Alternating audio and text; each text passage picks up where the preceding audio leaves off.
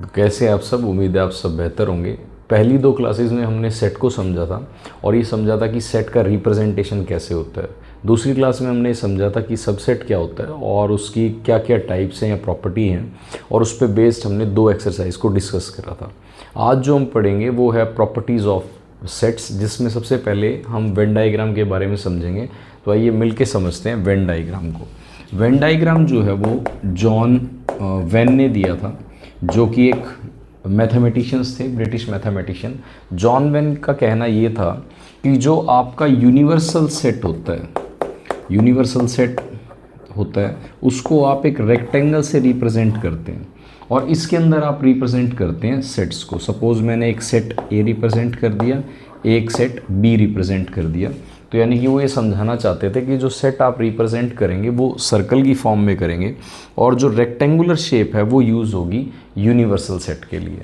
पहले इसको थोड़ा आसानी से समझते हैं। अगर सपोज़ मैंने लिखा ये एक सेट है और इसके अंदर एक सेट में ये लिखता हूँ बी, ये एक सेट है, मैं इसके अंदर एक सेट और लिखता हूँ बी, और मैं यहाँ पर एक सेट दिखाता हूँ ए और यहाँ दिखाता हूँ एक सेट बी।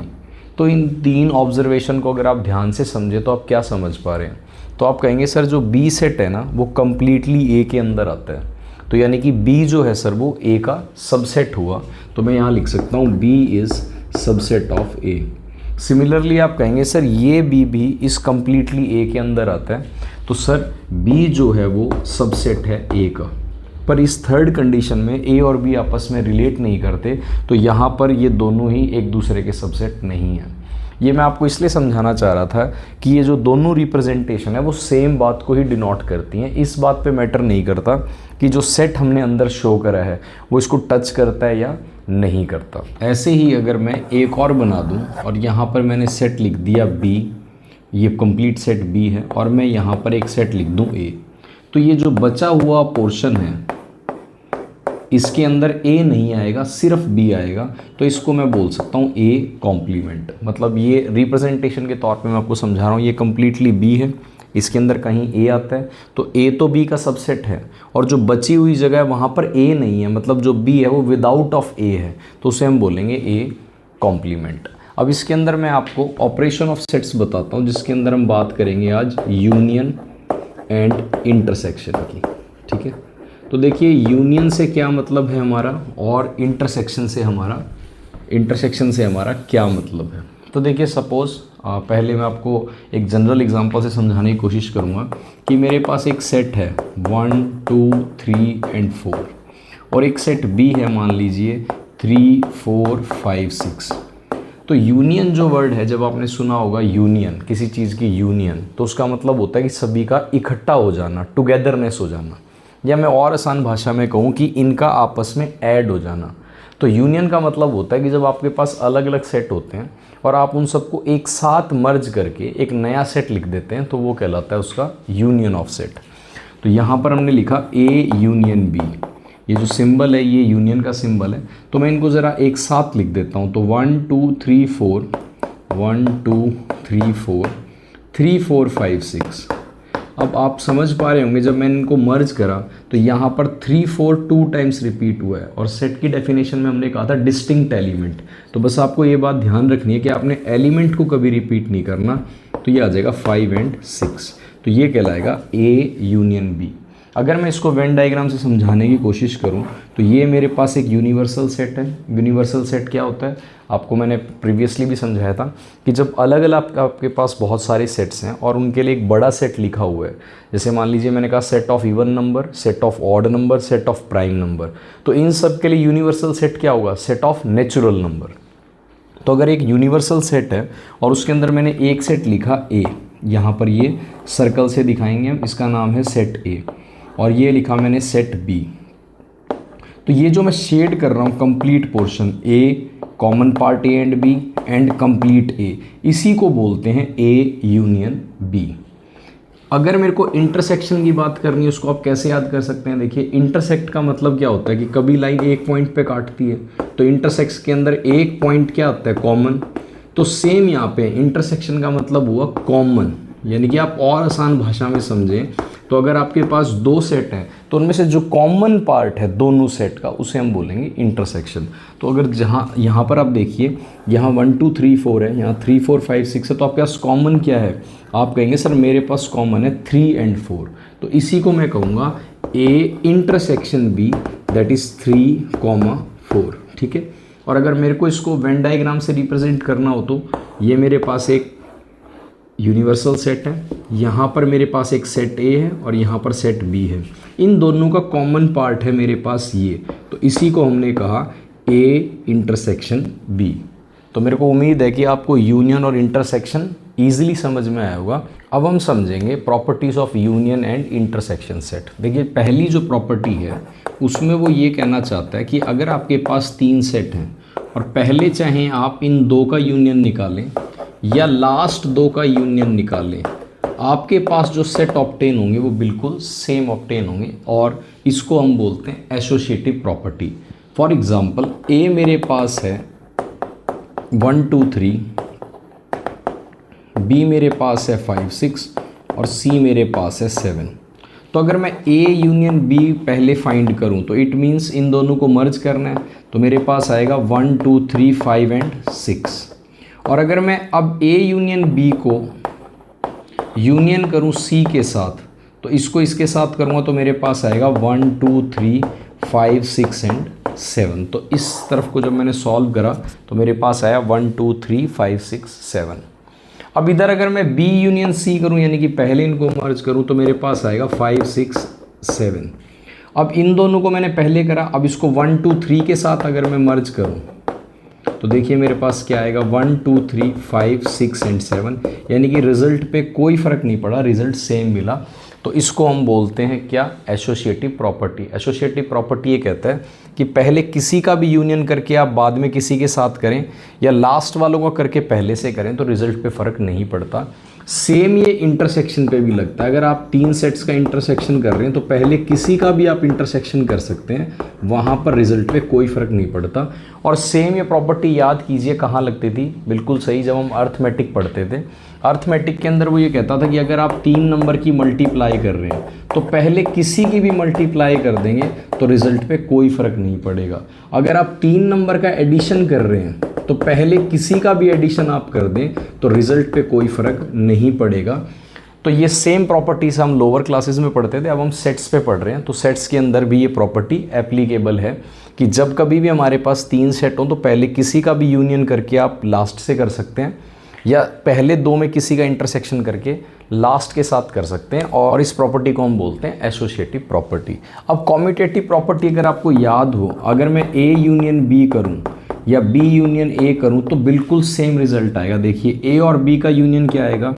1 2 3 5 और 6। और अगर बी का ए से यूनियन करूं तो ये भी आएगा 1 2 3 5 और 6। तो बोथ आर सेम। और ये प्रॉपर्टी आपको याद हो तो इस प्रॉपर्टी को हम क्या बोलते हैं? This is commutative property. और ये भी अगर आपको याद हो तो लोअर क्लासेस में आप करते थे 5 × 6 = 6 × 5, 7 + 3 = 3 + 7। और ये प्रॉपर्टी यूनियन में भी लगती है और इंटरसेक्शन में भी लगती है। मतलब 2 प्रॉपर्टी मैंने जो आपको समझाई है उसमें एक आपके पास एसोसिएटिव प्रॉपर्टी है, कॉम्यूटेटिव प्रॉपर्टी है।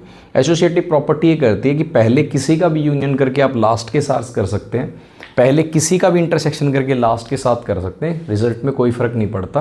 कॉम्यूटेटिव प्रॉपर्टी ये कहती है चाहे आप ए का बी से यूनियन करें चाहे बी का ए से, या आप इंटरसेक्शन करें ए का बी के साथ या बी का ए के साथ, रिजल्ट पे कोई फ़र्क नहीं पड़ता। तो नेक्स्ट प्रॉपर्टी पढ़ते हैं। वो ये कहता है अगर सेम सेट का यूनियन निकालेंगे तो वही सेट आ जाएगा, और सेम सेट का इंटरसेक्शन निकालेंगे तो वही सेट ऑब्टेन हो जाएगा। This is idempotent property. ये क्या कहना चाहता है कि सपोज मेरे पास ए एक सेट है 1 2 3। तो देखिए अगर मैं 1 2 3 को 1 2 3 के साथ ही मर्ज करूँगा तो 1 2 3 ही आएगा।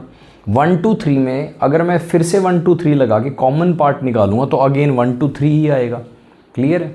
अगर मैं ए का यूनियन करता हूँ यूनिवर्सल सेट के साथ तो आपको हमेशा यूनिवर्सल ऑब्टेन होगा। इसके लिए मैं एक तरीका भी बता देता हूँ कि जब भी आप यूनियन निकालते हैं तो हमेशा बड़ा सेट ही रिपीट होता है, और अगर आप इंटरसेक्शन निकालते हैं तो हमेशा छोटा सेट ही रिपीट होता है।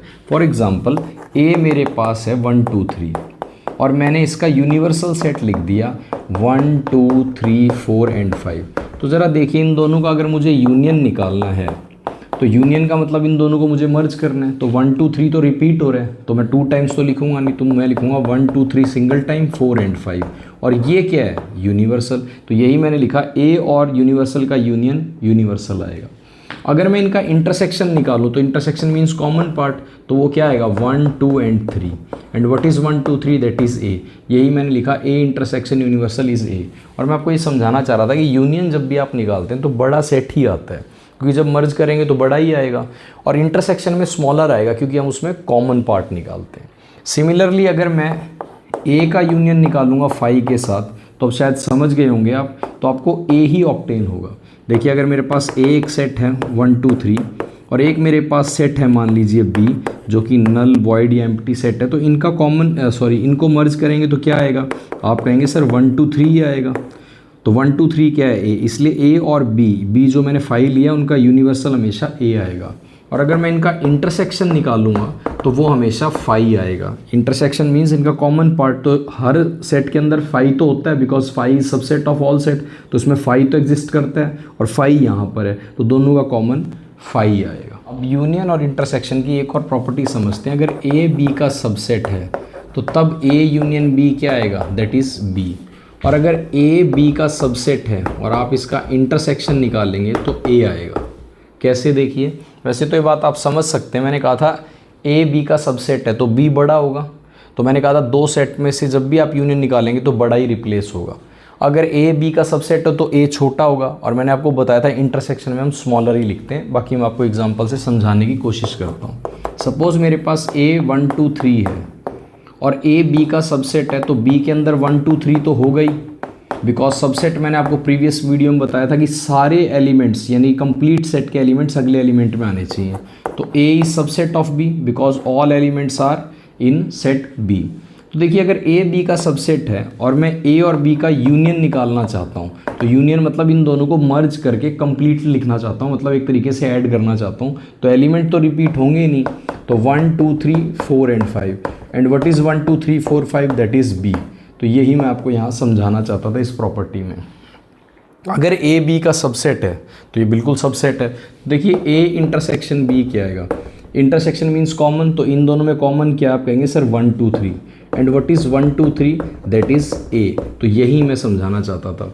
तो मैं आपको ये बताना चाहता हूँ कि अगर ए बी का सबसेट है तो ए का सारा जो एलिमेंट है वो बी में आता होगा, तो ऑब्वियसली बात है ए स्मॉलर होगा और बी बड़ा होगा। तो जब भी आप यूनियन निकालते हैं तो जनरली यूनियन हमेशा बड़ा ही सेट आता है, और इंटरसेक्शन निकालते हैं तो इंटरसेक्शन हमेशा स्मॉलर सेट ही आता है जो उनमें कॉमन हो। अब हम इसकी एक प्रॉपर्टी और समझते हैं जिसे मैं बहुत आसान करके आपको समझा दूंगा। एक्चुअली वो डिस्ट्रीब्यूटिव प्रॉपर्टी ही है। प्रॉपर्टी ये कहती है, देखिए अगर मैं आपको कहूँ A intersection B intersection C, तो आप इसको कैसे लिख सकते हैं? देखिए मैं इसको हटा देता हूँ, आपको एक एग्जाम्पल देता हूँ। मैंने कहा 5 × 6 + 7, तो आप कैसे करते थे? आप कहते थे सर, सपोज़ यहाँ मैं x ले लेता हूँ, आप कहते थे सर 5 और x यहाँ मल्टीप्लाई है तो 5 × x, then plus, then sir 5 × 7। तो सेम यहाँ पर है a इंटरसेक्शन b, तो a इंटरसेक्शन b, यहाँ पर इंटरसेक्शन है, और then a intersection c।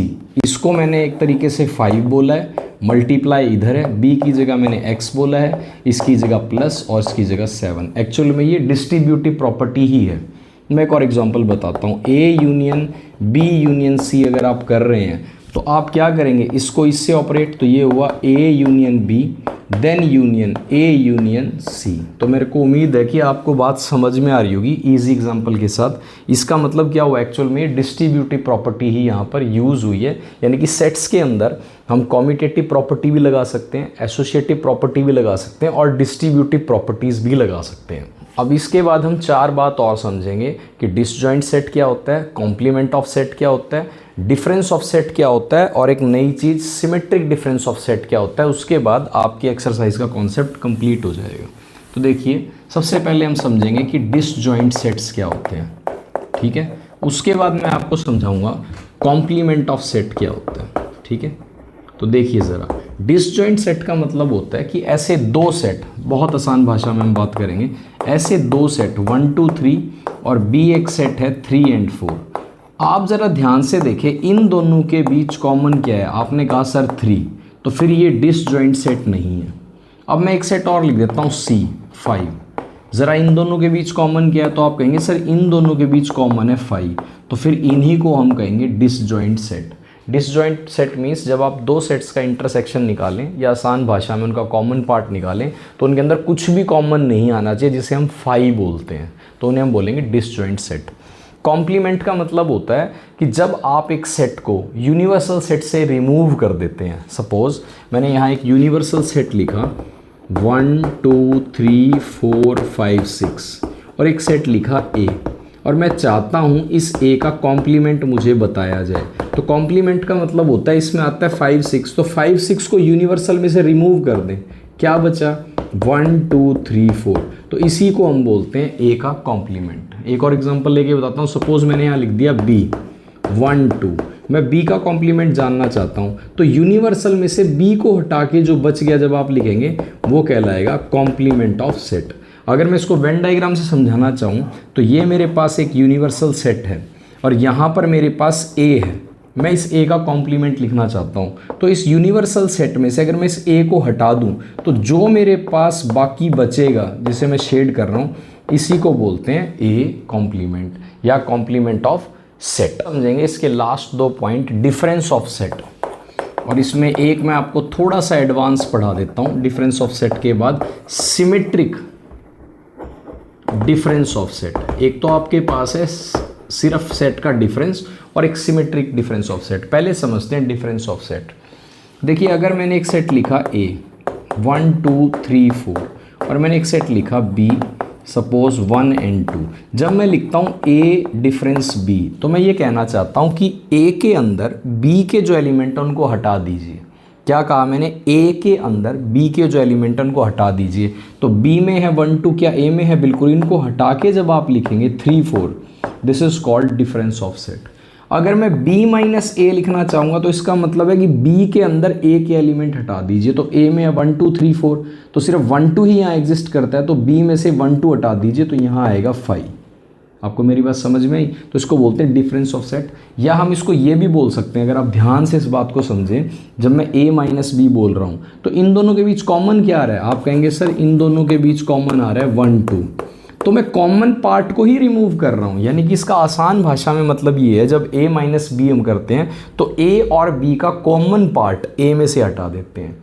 B minus A करते हैं तो इनका कॉमन पार्ट B में से घटा देते हैं। तो मैं इस बात को ऐसे भी लिख सकता हूँ और ज़्यादा सिंप्लीफाइड करके, कि इसका मतलब है A में से A इंटरसेक्शन B घटा दीजिए। इसका मतलब है B में से A इंटरसेक्शन B घटा दीजिए। मतलब जब हम किसी दो सेट का डिफरेंस बोलते हैं तो हम यही बताते हैं कि पहले सेट में से उन दोनों का कॉमन पार्ट आपको माइनस कर देना है। ठीक है, अब देखिए ये तो हो गया डिफरेंस ऑफ सेट। इसको हम वेन डायग्राम से समझने की कोशिश करते हैं।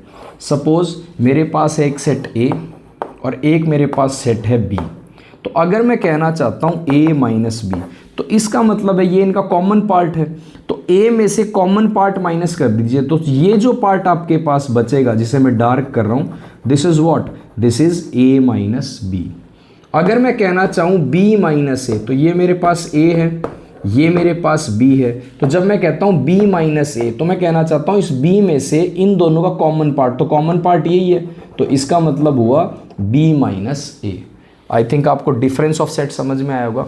अब मैं सिमेट्रिक डिफरेंस एक आसान से एग्जांपल से आपको समझाने की कोशिश करता हूँ।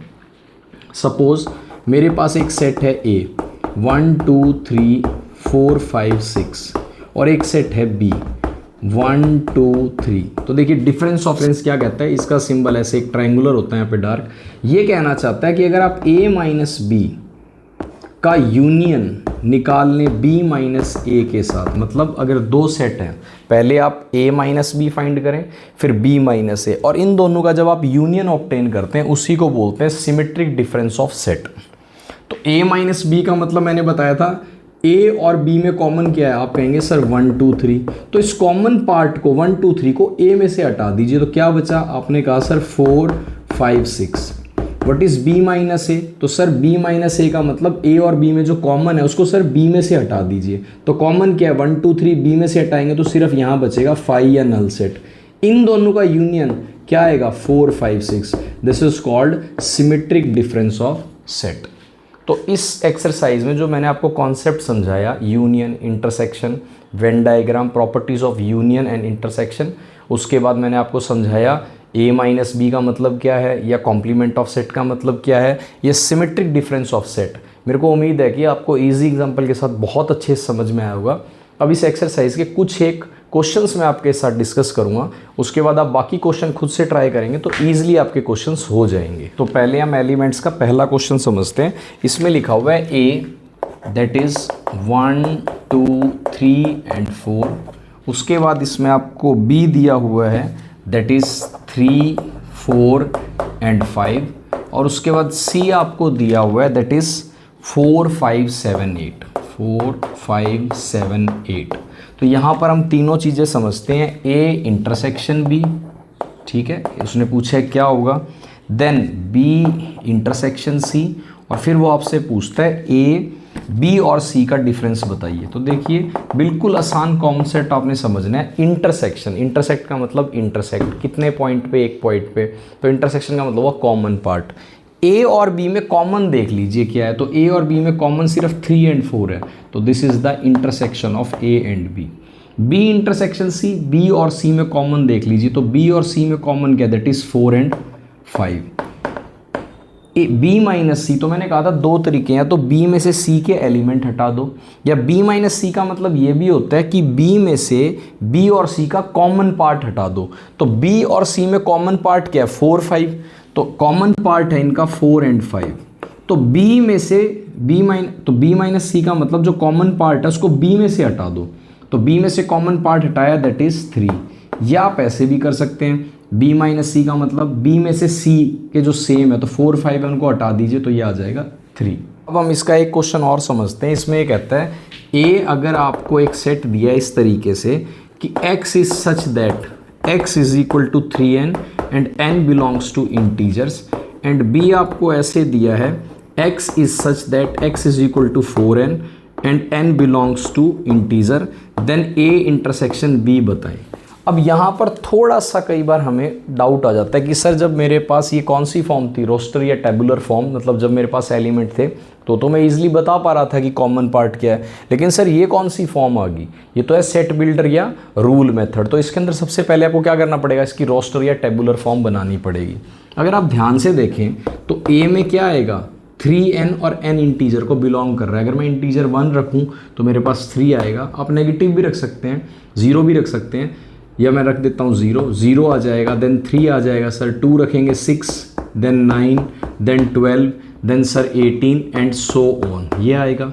b को अगर मैं ऑब्जर्व करूँ तो 4 टाइम्स n इंटीजर मेरे पास 0 भी है, नेगेटिव भी है, तो 0 4 8 12 16 24 अप टू इन्फिनिटी। मैंने नेगेटिव इसलिए नहीं रखा क्योंकि सेम ही नंबर आएंगे, बस उनके साथ नेगेटिव का साइन होगा।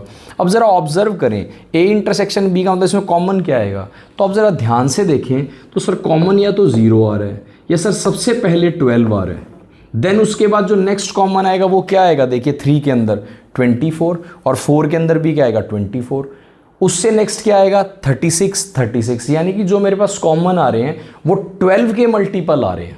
तो आप लिखेंगे a इंटरसेक्शन b क्या हो जाएगा सर, अगर मैं इसी फॉर्म में लिखना चाहूँ, x is such that x is equal to 12n and n belongs to integers, यानी कि सर मेरे पास जो इंटरसेक्शन आएगा वो 12n आएगा, यानी कि 12n का मतलब 12 इंटू मल्टीपल्स, और n जो होंगे वो इंटीजर्स होंगे। तो मेरे ख्याल से आपको एक ये थोड़ा सा अलग क्वेश्चन था जो सेट बिल्डर फॉर्म में था, ये भी समझ में आया होगा। हम एक और समझ लेते हैं। इसमें a के अंदर एक एलिमेंट दिए हुए a, then b c d and e, और b एक सेट दिया जिसमें एलिमेंट दिया है d e f and g, और वो आपसे जानना चाहता है कि a minus b intersection b minus a निकालें। एक्चुअली अगर यहाँ यूनियन हो जाता तो यही क्या हो जाता, सिमेट्रिक डिफरेंस। ठीक है, एक मैं कॉम्प्लीमेंट का क्वेश्चन आपको और समझा देता हूँ। ठीक है, तो इसमें हम एक क्वेश्चन ले लेते हैं कॉम्प्लीमेंट का। तो यहाँ पर मुझे यूनिवर्सल दिया हुआ है, दैट इज़ 1 2 3 4 5 6 7 8, और यहाँ पर मेरे को दिया हुआ है a, that is 1 2 3 and 4, then b दिया हुआ है 3 4 एंड 6, एंड c दिया हुआ है 5 6 7 8। तो यहाँ पर मुझे निकालना है ए यूनियन बी का कॉम्प्लीमेंट और वो दिखाना है A complement intersection B complement. ठीक है, तो अब हम समझ लेते हैं एक डिफरेंस का क्वेश्चन इंटरसेक्शन के साथ एक कॉम्प्लीमेंट का। तो देखिए a माइनस बी का मतलब मैंने बताया था कि a में से b के एलिमेंट हटा दो या इनका कॉमन पार्ट a में से हटा दो। b माइनस a का मतलब b में से a के एलिमेंट हटा दो या इनका कॉमन पार्ट b में से हटा दो। तो मैं कॉमन पार्ट करके कर रहा हूँ a माइनस बी, आपको जो समझ में आए। तो a और b का कॉमन क्या है, देखिए a b c d e में d और e ही कॉमन पार्ट है, यानी कि इनका जो इंटरसेक्शन है that is d and e। ठीक है, तो a माइनस बी का मतलब a में से कॉमन पार्ट हटा दो, तो कॉमन पार्ट डी ई है, तो ये क्या आ जाएगा a b c intersection. b minus a का मतलब कॉमन पार्ट b में से हटा दो, तो b में से अगर डी ई में हटा दूंगा तो क्या बचेगा f और g। ये आपने स्मॉल में लिखना है क्योंकि एलिमेंट हम स्मॉल में लिखते हैं। अब इनका इंटरसेक्शन, इंटरसेक्शन मतलब इनका कॉमन पार्ट कुछ भी नहीं है, तो ये आएगा 5। समझ में आया आपको। देन यहाँ पे देखिए a यूनियन b का कॉम्प्लीमेंट, यानी कि पहले a और b का यूनियन निकालें, कॉम्प्लीमेंट का मतलब फिर उसको यूनिवर्सल सेट में से हटा दें। तो a यूनियन b, देखिए a मेरे पास है 1 2 3 4 और b मेरे पास है 3 4 6, तो दोनों को यूनियन में मर्ज करूँगा। 3 और 4 2 टाइम्स है तो एक ही बार लिखूँगा 1 2 3 4 एंड 6। अब मैं ज़रा a यूनियन b का कॉम्प्लीमेंट देखता हूँ। कॉम्प्लीमेंट मीन्स इसको यूनिवर्सल से हटा दें, तो 1 2 3 4 एंड 6 हटा दें, तो क्या बचेगा आपके पास 5 7 एंड 8। अब देन उसको हमने इक्वल दिखाना है a complement intersection b complement. Actual में ये क्या है, this is called De Morgan's law. ठीक है, अब a का कॉम्प्लीमेंट यानी कि a को यूनिवर्सल से हटा दें, यानी कि 1 2 3 4 को हटा दें, तो आपके पास क्या बचेगा, that is 5 6 7 8। Intersection b complement, b को इसमें से हटा दें यानी कि 3 4 6 को हटा दें, तो आपके पास क्या बचेगा, आपके पास बचेगा 1 2 3 तो आपने हटा ही दिया, 4 भी 6 भी 5 7 8। इनका इंटरसेक्शन मतलब इनका कॉमन पार्ट तो आप कहेंगे सर 7 8 आ रहा है और देन सर 5 आ रहा है, तो आपके पास आएगा 5 7 एंड 8। तो देखिए क्या ये इक्वल आया। तो एक्चुअल में ये डी मॉर्गन लॉ भी है और इन दो क्वेश्चन से आपको शायद डिफरेंस और कॉम्प्लीमेंट भी समझ में आ गया होगा। अब मैं आपको इसका एक लास्ट क्वेश्चन समझाता हूँ जो कि वेन डायग्राम रिप्रेजेंटेशन पे है। उसका जब आप एक्सरसाइज करने लगेंगे तो आप देखेंगे कि आप सारे ही क्वेश्चन कॉन्सेप्ट समझने के बाद बड़ी आसानी से कर पा रहे हैं। कहता है ए यूनियन बी का कॉम्प्लीमेंट आप मेरे को ड्रॉ करके दिखाएं वेन डायग्राम से। फिर है आपके पास A complement intersection B complement. Then देखिए तो इसका मुझे वेन डायग्राम दिखाना है। एक्चुअल में दोनों बातें बराबर हैं, इनका वेन डायग्राम सेम बनेगा क्योंकि ये डी मॉर्गन्स लॉ है। ए यूनियन बी का कॉम्प्लीमेंट बनाना है, तो देखिए ये आपके पास यूनिवर्सल सेट है, इसके अंदर कहीं कोई ए सेट होगा कहीं कोई बी सेट होगा। तो इस पूरे को अगर मैं शेड करूँगा, this is what that this is A union B. अब मुझे कॉम्प्लीमेंट लेना है तो इसको पूरे में से हटा देना है। कॉम्प्लीमेंट का मतलब क्या होता है कि जिसका कॉम्प्लीमेंट निकालना है उसको यूनिवर्सल में से हटा दो। तो यानी कि अगर मैं इसको दोबारा से बताऊं तो यूनिवर्सल के अंदर जो ये पोर्शन था मेरा, जो बीच में मैंने बनाया ए और बी का, जिसके अंदर ऐसे कॉमन पार्ट है, इसको हटा के जो ये बचेगा this is called what, that is A union B complement. ये पोर्शन जो मैंने शेड नहीं करा, ये वाला, ये पूरा पोर्शन, ये जो पूरा पोर्शन मैंने यहाँ शेड नहीं करा, ये पोर्शन इसमें से क्या हो गया, मिस हो गया। ठीक है, तो ये क्या हुआ, ए यूनियन बी कॉम्प्लीमेंट। इसको बनाने के लिए मेरे पास ए का कॉम्प्लीमेंट है, बी का कॉम्प्लीमेंट है, तो पहले मैं ए कॉम्प्लीमेंट में चलूँ तो मेरे पास एक यूनिवर्सल सेट है। ठीक है, उसके अंदर मेरे पास कहीं पे कोई ए होगा। तो अगर मैं इसका ए कॉम्प्लीमेंट बनाना चाहूँ तो ये जो बचा हुआ है दिस इज़ व्हाट, आप कहेंगे सर ये तो ए कॉम्प्लीमेंट है। ऐसे अगर मैं एक यूनिवर्सल सेट बनाऊँ, ठीक है, ये यूनिवर्सल सेट है और इसमें ये बी है, तो ये जो बचा हुआ है this is what, B complement. Because B complement means जो बी है उसको यूनिवर्सल में से हटा दो, तो इस बी को हटा दूंगा तो बचा हुआ शेडेड बी कॉम्प्लीमेंट है। अब ये जो बचा हुआ शेडेड है जिसको मैं दोबारा से बना देता हूँ, यहाँ पर ये जो मैं सर्कल बना रहा हूँ इसको मैंने इंक्लूड नहीं करा, ये जो सर्कल है ये मैंने इंक्लूड नहीं करा। तो इनका इंटरसेक्शन अगर मैं निकालूंगा, इंटरसेक्शन मीन्स कॉमन, तो आप कहेंगे सर विदाउट सर्कल ही आएगा ना। तो विदाउट सर्कल आएगा तो सर दोनों को हटाने के बाद जो विदाउट सर्कल आएगा, इन दोनों को हटाने के बाद सर वो क्या आएगा sir, A complement intersection B complement, यानी कि दोनों में सेम ही बनेगा और ये दोनों इक्वल भी होते हैं क्योंकि इसको हम बोलते हैं डी मॉर्गन लॉ। तो आई थिंक आपको वेन डायग्राम समझ में आ रहा होगा आसानी से। नेक्स्ट है ए इंटरसेक्शन बी कॉम्प्लीमेंट और यहाँ है A complement union B complement. ये डी मॉर्गन्स का सेकंड लॉ है। वो कहता है अगर आप दो सेट के इंटरसेक्शन का कॉम्प्लीमेंट निकालेंगे तो वो हमेशा बराबर आएगा ए का कॉम्प्लीमेंट यूनियन बी का कॉम्प्लीमेंट। पहले इसको रिप्रेजेंट करते हैं। तो देखिए अगर ये मेरे पास एक यूनिवर्सल सेट है और इसमें एक सेट ए है एक सेट बी है, तो ये मैंने बताया था common part this is what A intersection B. इसका कॉम्प्लीमेंट मतलब ये पोर्शन आपने यूनिवर्सल में से हटा देना है। अगर मैं ये पोर्शन यूनिवर्सल से हटा देता हूँ तो मेरे पास क्या बचेगा, देखिए यूनिवर्सल और ये मेरे पास दोनों सेट हैं, इसको मैंने हटा दिया तो मेरे पास यही बचेगा ना जिसको मैं शेड कर रहा हूँ। जो वाइट पोर्शन मैंने स्किप करा है वो मेरे पास इंटरसेक्शन है और जो मैं शेड कर रहा हूँ वो मेरे पास बाकी है। तो ये क्या बना आपके पास ए इंटरसेक्शन बी कॉम्प्लीमेंट। क्यों? क्योंकि मैंने जो कॉमन पार्ट था वो पूरे में से यूनिवर्सल में से हटा दिया। मान लीजिए मेरे पास एक यूनिवर्सल सेट है, ठीक है, और मैंने यहाँ पर ले लिया ए, ठीक है, और मैंने यहाँ पर ले लिया यूनिवर्सल। अगर मैं ए कॉम्प्लीमेंट की बात करूँगा तो ए कॉम्प्लीमेंट क्या आएगा, आप कहेंगे सर ये सारा आ जाएगा, ठीक है। और अगर मैं यहाँ पर आपको और अच्छे से समझाने के लिए एक बी लिख दूँ तो आप कहेंगे सर ये पोर्शन भी आ जाएगा, यानी कि ये वाला पोर्शन सर नहीं आएगा। अगर मैं अगेन यूनिवर्सल सेट यहाँ ले लूँ और एक सेट ले लूँ ए और एक सेट ले लूँ बी और मैं बी का कॉम्प्लीमेंट आपसे पूछूं तो आप कहेंगे सर बी को छोड़ के बाकी सब आएगा। तो यानी कि सर जिसको मैं ड्रॉ कर रहा हूँ ये सारा आ जाएगा। अब ज़रा मुझे देख के बताइए A complement union B complement, इसका मतलब क्या हुआ, ए और बी कॉम्प्लीमेंट का जो दोनों को मर्ज करके पार्ट आएगा वो। तो इन दोनों में ज़रा मुझे देख के बताइए कॉमन क्या आ रहा है।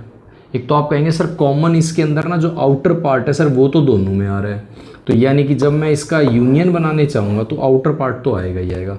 प्लस यूनियन में हम सब कुछ लेते हैं तो देखिए ये वाला ए इसमें आ रहा है और ये वाला बी इसमें आ रहा है तो ये भी आएगा। सिर्फ ये वाला पोर्शन बीच में दोनों में ही नहीं है, यानी कि जब मैंने ये कॉम्प्लीमेंट लिखा और बी कॉम्प्लीमेंट लिखा तो ये दोनों में ही प्रेजेंट नहीं है। तो इसका मतलब जब मैं इसका फिगर बनाने जाऊँगा तो ये देखिए वेन डायग्राम बनाने जाऊँगा तो ये पोर्शन आप ध्यान से देखिए, ये वाला पोर्शन किस में था, ये वाला पोर्शन मेरा इसमें था।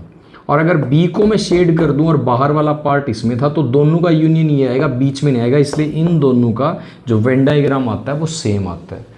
तो मेरे को उम्मीद है आपको यूनियन ऑफ सेट्स, उनकी properties, difference of set, complement of set और सिमेट्रिक डिफरेंस ऑफ सेट के बाद डी मॉर्गन लॉ पे बेस्ड वेन डायग्राम के क्वेश्चन अच्छे से समझ में आ गए होंगे। अब आप एक्सरसाइज एलिमेंट्स की 1.3 ट्राई करेंगे तो आपके मैक्सिमम क्वेश्चन हो जाएंगे। इन केस अगर कोई क्वेश्चन नहीं आता तो आप मुझे बताएं, उसके बाद हम अलजेब्रा ऑफ सेट्स इस पे करेंगे, जिसके बाद हमारा चैप्टर 1 कंप्लीट हो जाएगा। जब तक पढ़ते रहिए, थैंक यू सो मच।